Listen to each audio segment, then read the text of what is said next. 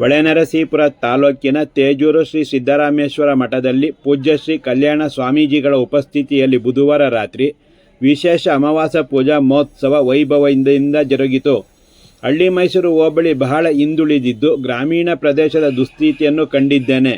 ನಮ್ಮ ತಾತ ಹಾಗೂ ನನಗೂ ಹೆಚ್ಚಿನ ಕಾಳಜಿ ತೋರಿದ ಈ ಹೋಬಳಿಯನ್ನು ಸಂಸದನಾಗಿ ನನ್ನ 5 ವರ್ಷದ ಅವಧಿಯ ಮುಂದಿನ ದಿನಗಳಲ್ಲಿ ಪ್ರಾಮಾಣಿಕವಾಗಿ ಸಮಸ್ಯೆಗಳ ನಿವಾರಣೆ ಮಾಡುತ್ತೇನೆ ಎಂದು ಪೂಜ್ಯ ಸ್ವಾಮೀಜಿಗಳ ಉಪಸ್ಥಿತಿಯಲ್ಲಿ ಭರವಸೆ ನೀಡುತ್ತೇನೆ ಎಂದು ಸಂಸದ ಶ್ರೇಯಸ್ ಎಂ ಪಟೇಲ್ ತಿಳಿಸಿದರು. ವಿಶೇಷ ಅಮಾವಾಸ್ಯ ಪೂಜಾ ಮಹೋತ್ಸವದಲ್ಲಿ ಭಾಗವಹಿಸಿ ಮಾತನಾಡಿದ ಅವರು, ನಮ್ಮ ಕುಟುಂಬ ವೀರಶೈವ ಜನಾಂಗದ ಜೊತೆಗೆ ಅವಿನಾಭಾವ ಸಂಬಂಧವಿದ್ದು, ನಮ್ಮ ತಾತ ಅವರು ಜೀವನದಲ್ಲಿ ಹೇಗಿರಬೇಕು, ಹೇಗೆ ನಡೆದುಕೊಳ್ಳಬೇಕು ಮತ್ತು ಮನೆಗೆ ಬಂದಾಗ ಹೇಗೆ ವರ್ತಿಸಬೇಕು ಎಂದು ಮಾರ್ಗದರ್ಶನ ನೀಡಿದ್ದಾರೆ.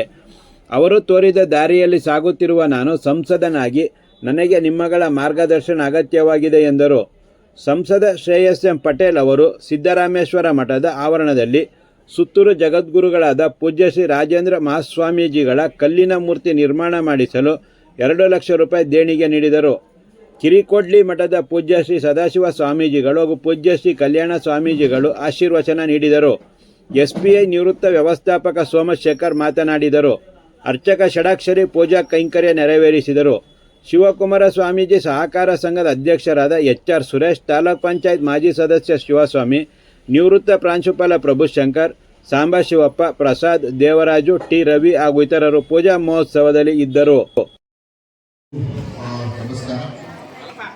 ವೇದಿಕೆ ಮೇಲೆ ಆಸಕ್ತ ಪೂಜ್ಯ ಗುರುಗಳಂತಹ ಕಲ್ಯಾಣ ಸ್ವಾಮಿಗಳಿಗೆ ನಮಸ್ಕರಿಸಿದ ಅಥವಾ ಗುರುಗಳ ಪಾದಗಳಿಗೆ ನಮಸ್ಕರಿಸಿದ ಮಂದಿರಗಳು ಮಠದ ಶ್ರೀ ಶ್ರೀ ಶ್ರೀ ಸದಾಶಿವ ಸ್ವಾಮಿಗಳು ಸಹ ವೇದಿಕೆ ಮೇಲಿರುವ ಎಲ್ಲ ನಮ್ಮ ನೆಚ್ಚಿನ ಸಮಾಜದ ಮುಖಂಡರುಗಳಿಗೆ, ವೇದಿಕೆ ಮುಂಭಾಗದಲ್ಲಿ ನನ್ನ ನೆಚ್ಚಿನ ಯುವಕ ಮಿತ್ರರಿಗೆ, ಹಿರಿಯರಿಗೆ, ನಮ್ಮ ತಾಯಂದರಿಗೆ, ಸೋದರಿಗೆ ಎಲ್ಲರಿಗೂ ನಮಸ್ಕಾರ. ಇವತ್ತು ನನ್ನ ಸೌಭಾಗ್ಯ ಆಗ್ತದೆ. ಯಾಕಂದರೆ ಸಂಸದನಾದ್ಮೇಲೆ ಮೊದಲೇ ಒಂದು ಅಮಾವಾಸ್ಯೆ ಪೂಜೆಗೆ ನಾನು ಇಲ್ಲಿ ಬಂದಿರೋದು ಸೌಭಾಗ್ಯ.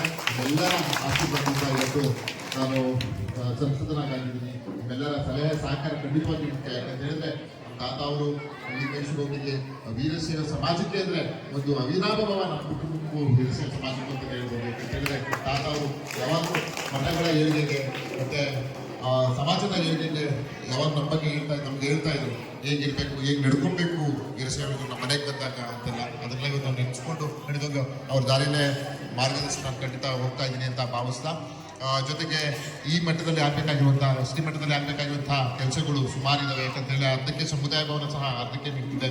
ಮತ್ತು ಈಗ ತಾನೇ ಪೂಜ್ಯ ಶ್ರೀ ನಮ್ಮ 3 ಶ್ರೀಗಳ ಗುರುಗಳ ಒಂದು ಪುತ್ಥಳಿಯನ್ನು ಏನು ಮಾಡಬೇಕು ಅದು ಸಹ ತಡ ಆಗ್ತಿದೆ. ಅದನ್ನು ಕ್ರಮವಹಿಸಿ ಹಂತವಾಗಿ ಮಾಡುವಾಗ ಪ್ರಾಮಾಣಿಕವಾಗಿ ಮಾಡುವ ಕೆಲಸವನ್ನು ಮಾಡ್ತೀನಿ ಅಂತ ಹೇಳ್ತಾ, ಖಂಡಿತವಾಗಿಯೂ ನಮ್ಮ ಹಳ್ಳಿ ಮೈಸೂರು ಹೋಬಳಿ ಅಂತೂ ಅತ್ಯಂತ ಹಿಂದುಳಿದ ಹೋಬಳಿಯಾಗಿದೆ. ಯಾಕಂತ ಹೇಳಿ ನನಗೆ ಬರಬೇಕಾದ್ರೆ ನೋಡಿದೆ ಯಾವ ಮಟ್ಟದಲ್ಲಿದೆ ದುಸ್ಥಿತಿ ಆಗಿದೆ ನಮ್ಮ ರಸ್ತೆಗಳಿದ್ರೆ ನಮಗೆ ನಮ್ಮ ಹೋಬಳಿ ಅಂತ ಹೇಳ್ಕೊಳ್ಳೋಕ್ಕೆ ಬೇಜಾರಾಗ್ತದೆ. ಖಂಡಿತವಾಗಿಯೂ ಇದನ್ನ ಮುಂದಿನ ದಿನಗಳಲ್ಲಿ ಈಗಾಗಲೇ ಒಂದು PWD ಸಚಿವರ ಹತ್ರ ಮಾತಾಡಿ ಒಂದು ಹಂತದಲ್ಲಿ ಅನುದಾನಗಳನ್ನ ನಾನು ಬಿಡುಗಡೆಯನ್ನು ಮಾಡಿಸಿದ್ದೀನಿ. ಇನ್ನು ಮುಂದಿನ ದಿನಗಳಲ್ಲಿ ಎಲ್ಲ ರಸ್ತೆಗಳನ್ನು ಪ್ರಾಮಾಣಿಕವಾಗಿ 5 ವರ್ಷದೊಳಗೆ ಮಾಡುವ ಕೆಲಸವನ್ನ ನಾನು ಮಾಡ್ತೀನಿ ಅಂತ ಹೇಳ್ತಾ, ನಿಮ್ಮೆಲ್ಲರ ಸಲಹೆ ಸಹಕಾರ ನಾನು ಖಂಡಿತವಾಗಿ ಮುಖ್ಯ. ಏನೇ ಸಮಸ್ಯೆಗಳಿರ್ಬೋದು, ಗ್ರಾಮದಾಗಿರ್ಬೋದು, ವೈದ್ಯಕೀಯ ಸಮಸ್ಯೆ ಖಂಡಿತ ನನ್ನ ಗಮನಕ್ಕೆ ಬನ್ನಿ. ಖಂಡಿತವಾಗಿ ಹಂತವಾಗಿ ಮಾಡುವ ಪ್ರಾಮಾಣಿಕ ಕೆಲಸವನ್ನು ನನ್ನ ತರಬೇತಿಯೊಳಗೆ ನಾನು ಮಾಡ್ತೀನಿ ಅಂತ ವೇದಿಕೆ ಮುಖಾಂತರ ನಿಮಗೆ ಹೇಳ್ತಾ, ಖಂಡಿತವಾಗಿಯೂ ನಾನು ಯಾವತ್ತೂ ನಿಮ್ಮ ಮನೆ ಮಗ, ನಿಮ್ಮ ಸಂಸದನಾದ ನಾನು ಆಯ್ಕೆ ಮಾಡಿದ್ದೀನಿ. ಖಂಡಿತವಾಗಿಯೂ ಅದೇ ರೀತಿ ನಾನು ನಡ್ಕೊಳ್ತೀನಿ ಅಂತ ಶ್ರೀಗಳ ಗುರುಗಳ ಒಂದು ಮುಂದೆ ನಾನು ಹೇಳ್ತಾ, ನನ್ನ ಕರೆಸಿ ಗೌರವಿಸಿ ಪ್ರೀತಿಸಿ ಇಷ್ಟು ಮಟ್ಟಿಗೆ ನನಗೆ ಸನ್ಮಾನಿಸಿದ್ದೀರಾ. ಖಂಡಿತವಾಗಿ ನಾನು ನುಡಿಯಾಗಿರ್ತೀನಿ. ಅದೇ ರೀತಿ ಪ್ರಾಮಾಣಿಕವಾಗಿ ಕೆಲಸ ಮಾಡ್ಕೊಂಡು ಹೋಗೋ ಕೆಲಸವನ್ನ ನಾನು ಮಾಡ್ತೀನಿ ಅಂತ ಹೇಳ್ತಾ, ನನಗೆ ಅವಕಾಶ ಕೊಟ್ಟಿದ್ದಕ್ಕೆ ಎಲ್ಲರಿಗೂ ತುಂಬ ಹೃದಯದ ಧನ್ಯವಾದಗಳು ಸರ್. ಈಗ ಶ್ರೀಗಳ ವತಿಯಿಂದ ಹಾಗೂ ಶ್ರೀಗಳಿಂದ ಶ್ರೇಯಸ್ ಪಟೇಲ್ ಅವರಿಗೆ ಆಶೀರ್ವಾದ.